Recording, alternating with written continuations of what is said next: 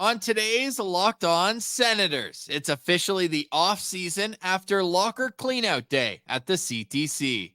We got to hear from a handful of notable Sens players and also interim head coach Jacques Martin. We'll give our full reaction to everything we heard, and the Belleville Sens are one win away from getting back to the Calder Cup playoffs. We're good into all that and more on today's edition of the Locked On Senators podcast. Your team every day. Your Locked On Senators, your daily podcast on the Ottawa Senators. Part of the Locked On Podcast Network. Your team every day.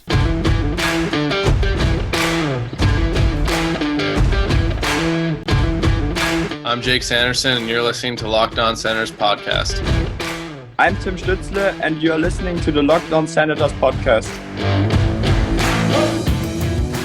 Welcome inside episode 1027 of the Locked On Senators podcast. I'm Ross Levitan on the outskirts of enemy territory in Winnipeg, Manitoba, alongside Brandon Piller up in the Blue Mountains. Today's episode is brought to you by Monopoly Go. I admit it, I have a competitive side, and it is a big fan of Monopoly Go, the mobile hit twist on classic Monopoly. Join your friends and download Monopoly Go now for free on the App Store or on Google Play. You can also find the show. We're all over, wherever you get your podcasts, and available on YouTube. Thank you for everyone to like, comment, subscribe. Goes a long way to helping the show grow. You can also follow the show on social media at Sens Central on Twitter, lockedon.senators on Instagram. Today is Thursday, April 18th, and Pillsy,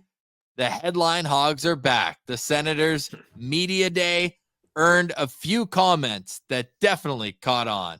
Yeah, I mean, the Ottawa Senators is all anyone is talking about today as their season officially comes to a close. No more games to look forward to. The players are starting to have their exit interviews.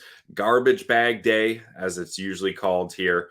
And we got to hear from a lot of players. And Ross, it seemed like there was a pattern or a theme in a lot of these players' exit press conference meetings here. And a lot of it comes from frustration, disappointed in kind of taking a step back from last year as opposed to moving forward like everyone, including the players, thought and hoped they would do.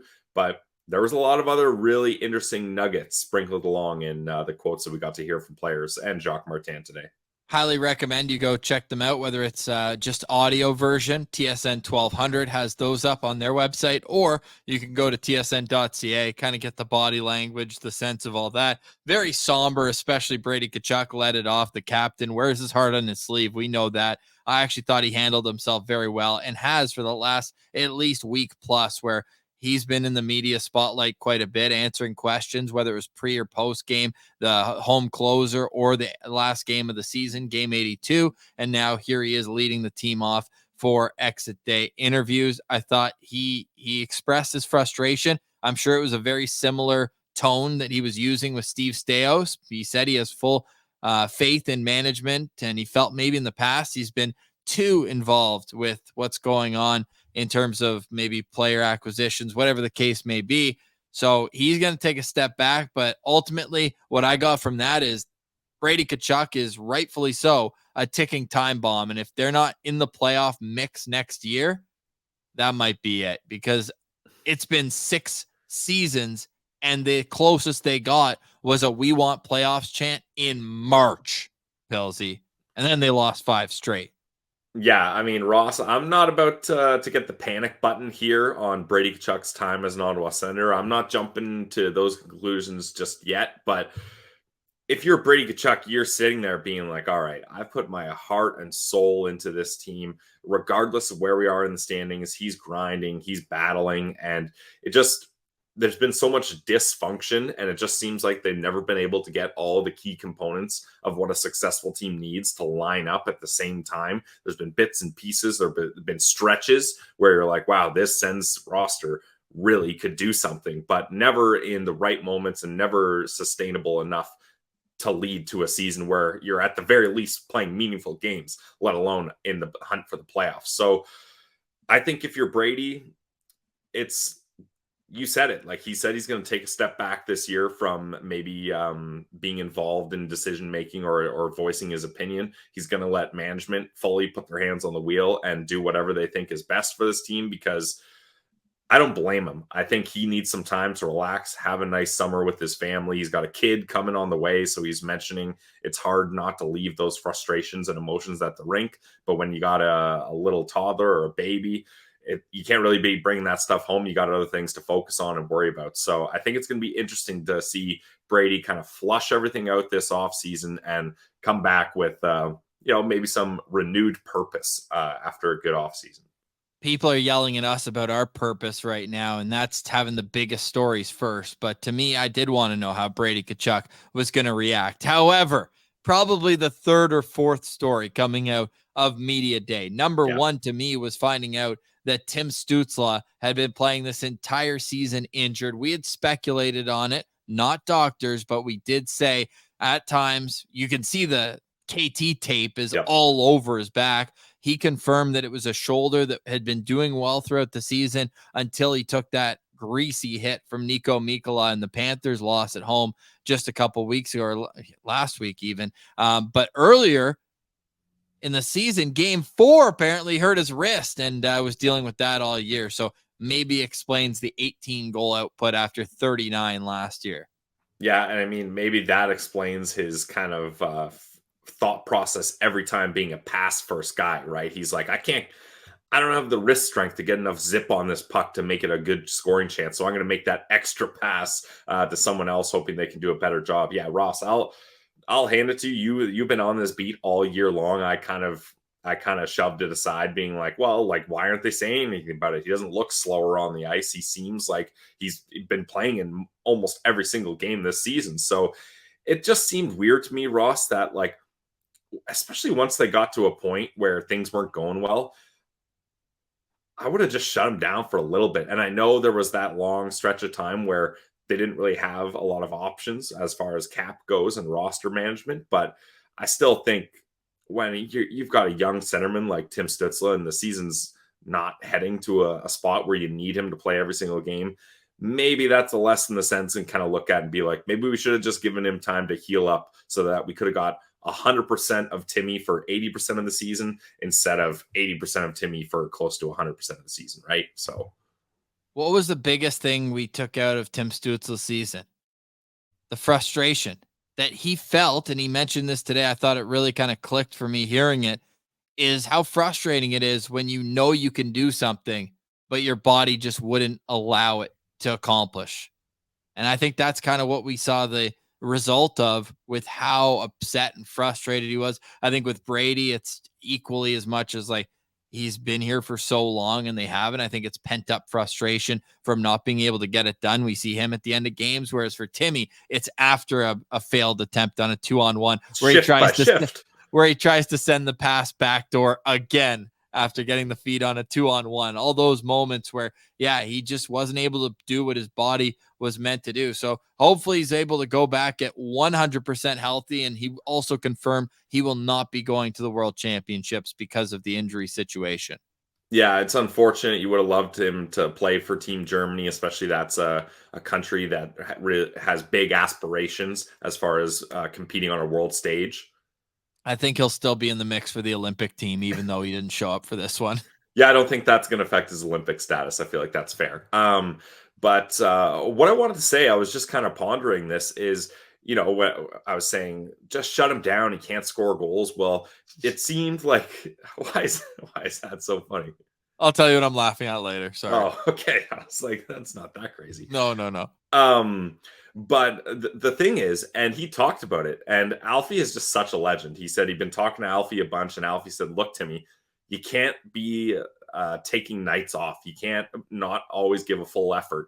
I played 1,200 games, and I never gave a night off. And Timmy's probably sitting there being like, okay, Alfie, big deal. And then Alfie's looking at him, seeing the doubt, and he's like, no, I'm serious. Let's go through, pick any game you want in my entire career, and we'll watch the whole game, and we'll see that I was there every single shift, night in and night out. So maybe the Ottawa Senators wanted to focus with Timmy, like, hey, look, We know you can score goals. You almost had 40 the year before. We're not concerned with your goal scoring. Let's see what you can do when you're maybe hindered by a wrist injury and you're not able to score the way you're used to. Your body's not able to operate the way your brain wants. Well, how about getting your brain to focus on defense? Like, that's where we need, if you're going to be a true number one center and you're going to be going up against other teams' top centers, especially in the Atlantic Division, Ross, look at the centers he has to go in against in his own division. We got to get you playing a better 200-foot game because your offense is there. We know that. So let's use this time. You're injured, but you're not too banged up. You can't play. Let's use this on focusing on a different part of your game. So maybe that was the ideology there. I don't necessarily say I fully agree with that, but maybe that's the spin zone the Sens coaching staff was going for. Would love to see Tim Stützle check out at the library, the Pavel Datsyuk School of Defending, maybe watch some Sidney Crosby highlights this offseason as well, just how he's able to protect the puck, even strip pucks in the defensive zone. I think that could be a huge benefit. How many odd man rushes could he create just by a quick stick lift and he's gone? He already does. And if he's able to commit every single shift at both ends of the ice, sky's the limit for Tim Stützle. But it does make a lot of sense to find out that he is a guy who is battling injuries throughout the year. Someone else was battling rumors throughout the year. Jakob Chychrun spoke on the other side. We'll get into a quote that picked up a lot of steam on social media. People believing that there's only one way the situation is going to close. And we saw it similarly last summer. The DeBrincat connections seem like they're kind of strengthening. We've seen this movie before. We'll discuss that next. Also, we'll pick up on Jacques Martin and some Belleville Sens chatter. That's on the other side. You're listening to Locked On Senators, your team every day. Today's episode is brought to you by our friends over at Monopoly Go. Look, we've all been there, either as a player or a fan. It's halftime, second period intermission, and the scoreboard not looking so good. Sens fans were used to that. You're feeling low, not sure whether you or your team can pull out a win. That's when you got to dig deep, lift your head up, and say to yourself, it's time to get back in the game. That's right. With the smash hit mobile game Monopoly Go, you can compete with your friends to get the most riches and the biggest empire. It's the Monopoly you love, but on your phone, anytime, with tons of new twists, including leaderboards to compare your progress to your buddies. There's so much to do. You can play on countless different classic and dynamic Monopoly boards. Make your friends bankrupt by smashing their landmarks with a wrecking ball. Charge other players rent for your iconic properties and more. You can even work with your friends and crack open community chests and in tournaments to get extra rewards and climb up that leaderboard. So get back out there, put on your game face, and download Monopoly Go now. Free on the App Store or Google Play. Check it out today, guys. Monopoly Go.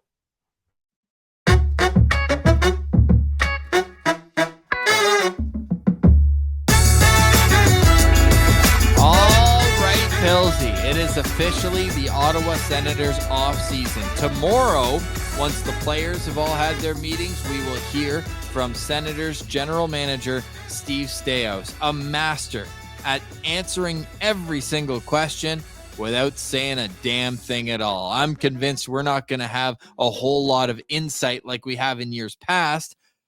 Rest is a weapon. If I hear that one more time, I'll go crazy. Some other classics like that we would get at Pierre Dorion end-of-year press conferences, but we are really looking forward to hearing from Steve Stützle. Tomorrow's Locked On Senators will be recorded right after, I should say, that press conference, so we will have all that reaction into the weekend. But we did hear from Jacques Martin and Jakob Chychrun. Jakob Chychrun, all 82 games, was in the lineup this year. Everything's great, right? Injuries were the issue with Jakob Chychrun once upon a time. Could he stay healthy? If he's in, he's great. And he did tie a career high with 41 points. And of course, more games, more opportunity. But offensively, the points came in bunches. And when they did, he was able to convert 14 goals, most among Ottawa Senators D-man. But Pilsy, the completeness of his game didn't really impress throughout the season, and I think fans were already starting to wonder if maybe he's the odd man out with 1 year left at $4.6 million on the back end, and he didn't do anything to assure the people of Ottawa that this is where he wants to be. This is where he wants to win a championship. No, Ross. I mean, we can go through other players, Pinto, Sanderson, Giroux, those guys made it very, very clear that they want to be here. And they said, kind of cliche things, but with genuine remarks, right? And Jakob Chychrun went a whole different route here. Claire Hanna had the quote, and it's a tough question. I don't know. Honestly, I haven't thought about that. This is him where he's going to play the next couple of years, or if Ottawa is the place he wants to play. There's one more year left on his contract. There haven't been any talks of an extension or anything. It's tough to sit here and act like I have thought about it. I don't know. I feel like he probably would want to redo on that, and that's the one question he should have been prepared for. I think I would have just given a shorter off the glass and out type of answer here, because he doesn't really say a whole lot here, but without saying a whole lot here, it seems like he's saying a lot here, and that it seems a lot more obvious that he's thinking about the way out rather than staying here for a long time. Are we going to charge him with a defensive zone giveaway on that answer? Yeah, that's a delay of game. Instead of off the glass and out, that's going right into the crowd here as the crowd's scooping this one up. And it's one of those things, Ross, where unfortunately this is very, very similar to the vibes of Alex DeBrincat's end of the year press conference, not showing any kind of commitment or enthusiasm to staying. And that's fine. These players, this is their lives we're talking about. Not everyone loves their job or where their job is or their boss or whatever. That's a part of life, unfortunately. But he's still got a year left on his deal here. And Claire also posted his video of his end of season press conference last year, and he was smiling. He had energy. He was talking about how it was just so awesome having all the guys around on a road trip, and they're all hanging out in his room, ordering dessert, watching late night TV, and they were just a bunch of guys on a sleepover having a good time. And this year, there was no passion, there was no energy. He just seemed defeated, and it doesn't seem like he's fitting in like he was last season. And on the ice, Ross, I got to think the management is looking like, where does he fit in on the ice in the future here? And I think the writing seems like it's on the wall here. To quote Alex DeBrincat saying, he never asked for a trade, so they could see the writing on the wall, where Chychrun's not asking for a trade, but I think everyone can see the writing on the wall here. It certainly feels that way. Unfortunately for Jakob Chychrun, he didn't really establish himself in a certain area on the team. Played really well in a limited sample size with Jake Sanderson, but Zub played just as well with Sanderson. Better, and much better. That became the shutdown pair. I mean, numbers-wise, you'd say in terms of chances created and chances suppressed, that Sanderson-Chychrun was the best D pair the Sens had. Now, the sample size was 140 minutes versus 820 with Sanderson and Zub, but 64% of the expected goals. And in terms of real goals when they were on the ice, Sanderson-Chychrun were on for 4 goals for and 5 against, and Sanderson-Zub 38 for 35 against. So +3 versus a -1 goal differential. The problem with Jakob Chychrun is that his most common partner this year was Jacob Bernard-Docker. At the start of the season, Travis Hamonic, and he played over 270 minutes together. And then when Shabbat and he were together, nobody could figure out who was playing right D. They just could not figure it out. And I know it's not the easiest thing, but I would have liked to have seen maybe that pair with Sanderson get a bit more of a run early in the season. I mean, when there's still a chance, but I'm just kind of trying to see it from the other side, because everything else was just showing a guy who was ready to pop off. You thought 20 goals this year. I mean, he even finishes with 14, and it was very underwhelming the way the 14 came through. He was so hot right off top of the season, 2 goals in the home opener. But man, once he hit that first slump and it coincided with the Senators' first 0-5 road trip, it was just curtains from there. He just could not get the offense going. From January 2nd, that game in Vancouver, Like from then until your birthday, Pilsy, 34 games, he had 2 goals, 6 points, and was minus 19 in 34 games. Like that's almost half the season. I think he came on in the end of the season and played a lot better once Chabot was out, and he was great at the start, but so many poor decision making. Like that to me is what, like if Chychrun was traded tomorrow and that Locked On host called and said, hey, like what's the scouting report on Chychrun? I think that's what my main thing. I was thinking about that today. Like, what would I say? And it's like all the tools, but the toolbox just, there's a lot of holes in it. And sometimes the tools are going to fall out and they're not utilized properly. But like you see the potential with them. And that's, I think, what's so frustrating. Ross, I'm that stretch of games where he was dry offensively, I wasn't aware of. That's a big stat, but I'm still willing to give him a mulligan as far as offense goes. He led all defensemen in points with 41. He was a nice part of that second power play unit, adding that shot, especially when Norris was gone. So I'm willing to give him a pass offensively, but I'm not willing to give him a pass defensively. And especially that's what we thought he was going to be. Like we were watching highlights of him as an Arizona Coyote, throwback Arizona Coyotes, where his gap control is so good. It's so hard for other teams to get around him on the rush. He plays with one hand on his stick to widen things out and disrupt passes and break up guys trying to stick handle through him. And we saw those things. We really latched onto those things, being like, okay, this is a guy that's going to be able to shut down other teams on the rush while adding a big shot on the back end. Because Sanderson doesn't have that big shot. Chabot doesn't have that big shot. They didn't have that. So if you could get the big shot combined with good defensive play, you had a guy that was going to work here, but the defensive play just simply was not there. And that is a fair point. His defensive partners haven't been good, but I think that just shows more into the future. How are you going to get this guy a proper partner? Because if Sanderson's here, he's going to be with Zub. I think that's fair to say.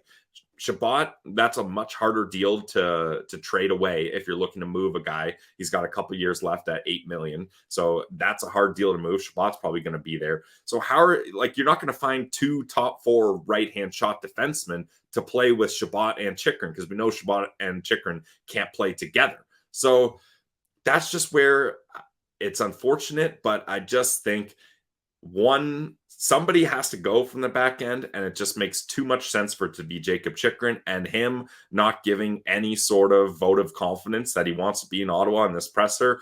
I think he just made Sens management job a lot easier if they weren't sure which player they wanted to move on from, unfortunately. Chychrun tied for the team lead with Claude Giroux and Drake Batherson with all 82 games played. Led all defensemen in goals with 14, led all defensemen in points with 41, led the team with Dominic Kubalik with a minus 30, led the team, I say, in quotations, and then he played just over 22 minutes a game, 22-23 average time on ice, which was third behind Thomas Chabot at 23:03 and Jake Sanderson at 23:13. And we haven't even taken into account what his extension would cost. And if that would be a good idea, I don't think that's the road that the Senators are going to go down. We'll have to open up the mock trade mailbag one of these times and just watch how ridiculous they are. Mock trades they're fun to get a sense, but when's the last time anyone's ever called what a package would be? And that's what I would hope for, would be a package involving a pick and hopefully a roster player and a prospect, ideally. The Senators would need to get someone back who can help out. There were some talks, and I don't know, obviously this is mock trade rumor mill, but like, could there be something there? Chychrun for Ullmark.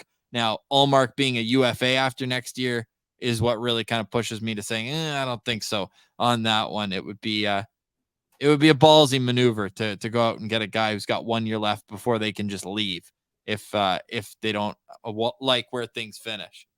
Ross, I get the feeling that the Jakob Chychrun trade is going to be traded to a team that's moving futures, picks and prospects. I don't think Jakob Chychrun deal, we're going to see a hockey deal where it's a 1-for-1 or even an impactful roster player. I think the Chychrun trade will be the Sens management move to free up space to allow them to have flexibility to make other moves, in my opinion. Let us know in the comments, Jakob Chychrun, what to do with them. Because, hey, let us know. Maybe his comments, maybe they're taking out a turn. Let us know if you think it's actually I don't going to know. work out with Jakob Chychrun for the Ottawa Yeah, Senators. let us know if you think that. I want to hear your thoughts. I want to hear your thoughts on the Belleville Sens. We'll get to those next. Ooh. You're listening to Locked On Senators, your team every day. Today's episode is brought to you by our friends over at Policy Genius. Policy Genius is the country's leading online insurance marketplace. You want to save time, you want to save money so that you can provide your family with a financial safety net starting today, right now. With Policy Genius, you can find life insurance policies that start at just $292 per year, and you get $1 million worth of coverage. Some options offer same-day approval and avoid unnecessary medical exams. The best part about Policy Genius is you can compare options from all sorts of other companies, and you have a team of licensed experts that is on your side. Talk to the award-winning agents, and they're going to help you out. They're going to make it easy. You can compare quotes from America's top insurers in just a few clicks to find what's right for you. Policy Genius gives you an unbiased advice from a licensed expert support team. They don't have any incentive to recommend one insurer over another, so you can trust their guidance. Check life insurance off your to-do list in no time with Policy Genius. Head to policygenius.com/lockedonnhl or click the link in the description to get your free life insurance quotes and see how much you could save. That's policygenius.com/lockedonnhl.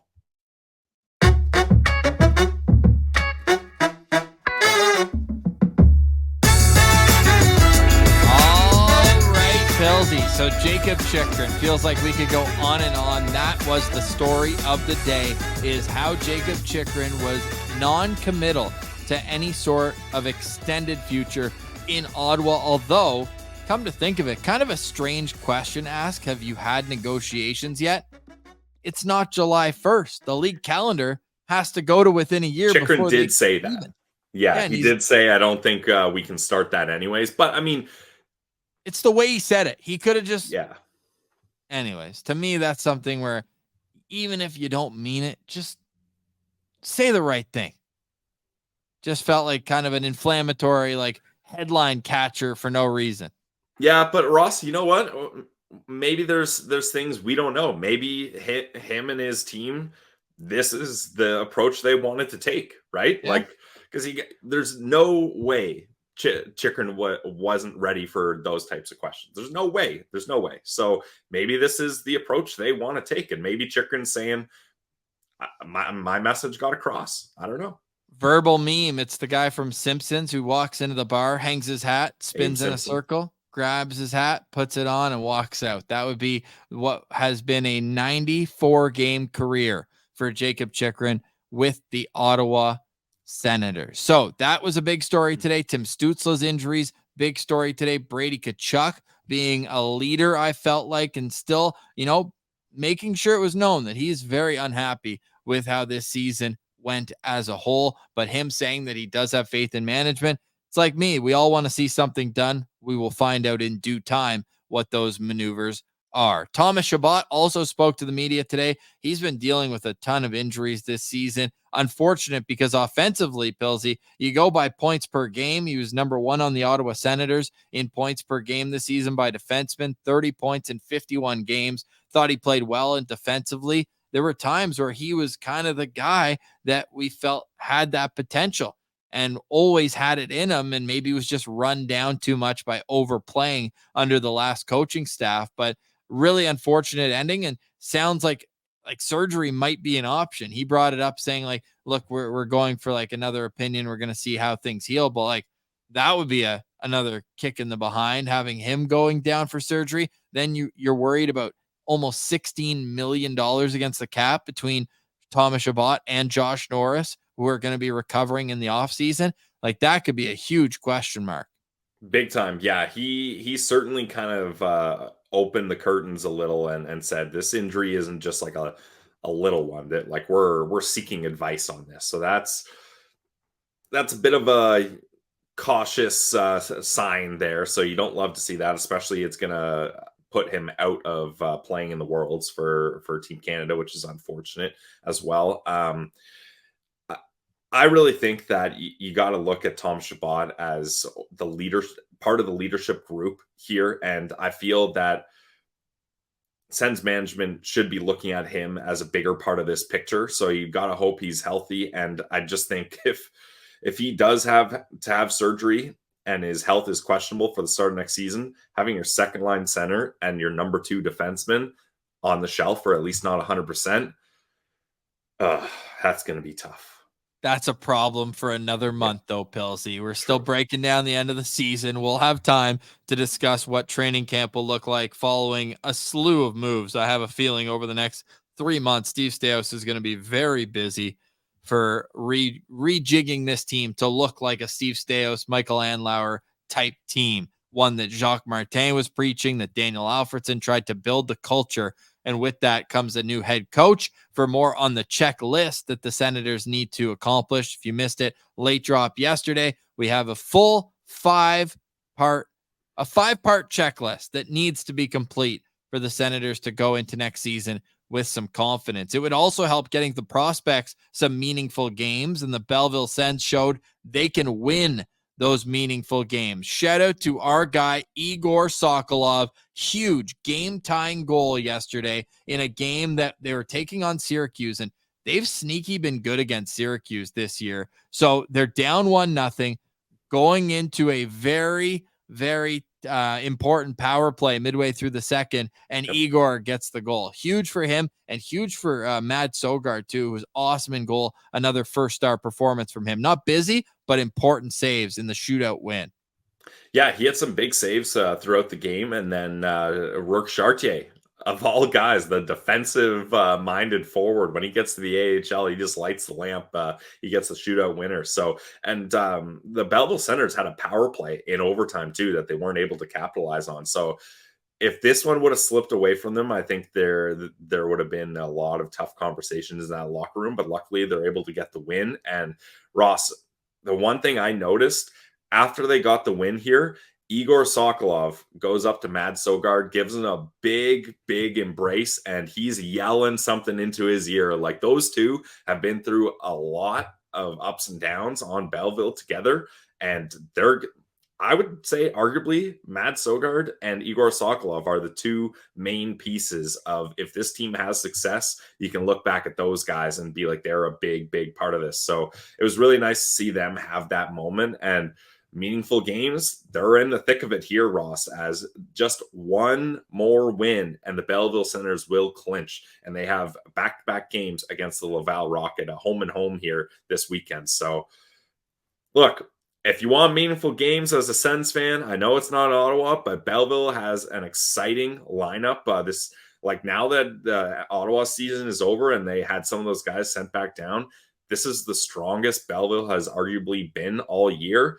So now's the time to get into Belleville hockey. Let's go. I'd be nervous, though, if they can't get it done at home on Friday. Tomorrow night, Belleville hosts Laval. You don't want to be going into Place Bell in Laval. We know how rowdy that environment can get. It's nuts. Belleville, take care of business at home tomorrow. Let's go. Let's see some playoff hockey. I need it. Pump it into my veins. Pilsy, any final thoughts on today's show? Yeah, final thoughts for me is these end of season press conferences, they can be kind of a mix of really telling and, just what else are these guys supposed to say to a lot of these questions. But I really felt like we got an interesting look at what this team is, who put their foot forward and wants to be part of the solution rather than be part of the problem. And it's nice to know, although there wasn't really any notable quotes from Jacques, it's nice to know that he kind of really tried to put his stamp on this team, focusing on the attention to details and defense. And he's going to be an advisor, and he's going to be a big part of selecting this team's next head coach, and I assume the rest of the coaching staff in the offseason. So I do think Jacques Martin, while maybe he wasn't the perfect guy to be the coach replacing DJ Smith, he was the right guy for that period. And I think he's someone that it's really great to see him back in the mix and continuing his relationship in any sort of role with the Ottawa Senators. I can just foresee it right now at training camp. Like they show that perch at the Bell Sensplex, and it's going to be Andlauer, Staios, Poulin, Bonus, Jacques Martin, Alfie, and the next head coach. Like there's your brain trust right now. And I have full faith that those guys, in particular, the way Alfie played his entire career, Dave Poulin was a great two-way forward, Selke winner, like that. They're going to build defensive, compete guy first type players to come in here and get this team over the hump. I'm already back to delusional for next season. Didn't take long. No, they got work to do. The team as it stands right now, changes need to occur, but Belleville is giving me a little bit of hope and some sight that if they can go in the playoffs, let's say they get Syracuse round one after the play-in series that they'll have to get past a best of 3. Like I like their chances. So hopefully they can keep it rolling and keep it rolling. Yep. We'll have a playoff preview tomorrow. We will also react to Steve Staios and what he has to say. We'll meet our hashtag Sens Abroad. And also, if you want more on a playoff preview, tomorrow we're going to also record for our weekly Patreon show. You can go click that through the link tree if you want bonus coverage on the NHL playoffs. But right here, it's your team every day, all Sens, all the time. And while Shane Pinto is asked directly, like they're being so upfront, like Branny's an RFA, but everyone with Pinto is like every time they see him, it's like, yo, you signing soon? Like Staios, you're locking him up long term, right? Like it's so funny how they asked them again today, and Pinto gave, I think, a perfect answer, an answer I think Jakob Chychrun could have learned a lot from. Yeah, Ross, his answer is I took the quote here. That's Sandy. Here it is. I love the boys. I want to be here. I love the boys, the community, and the organization. That's what you want to hear. Citizens, I want you to hear it. I love the boys. I love the culture, the vibe. Right here on LOSP for Brandon Piller, I'm Ross Levitan. This has been another edition of the Locked On Senators podcast. Your team every day.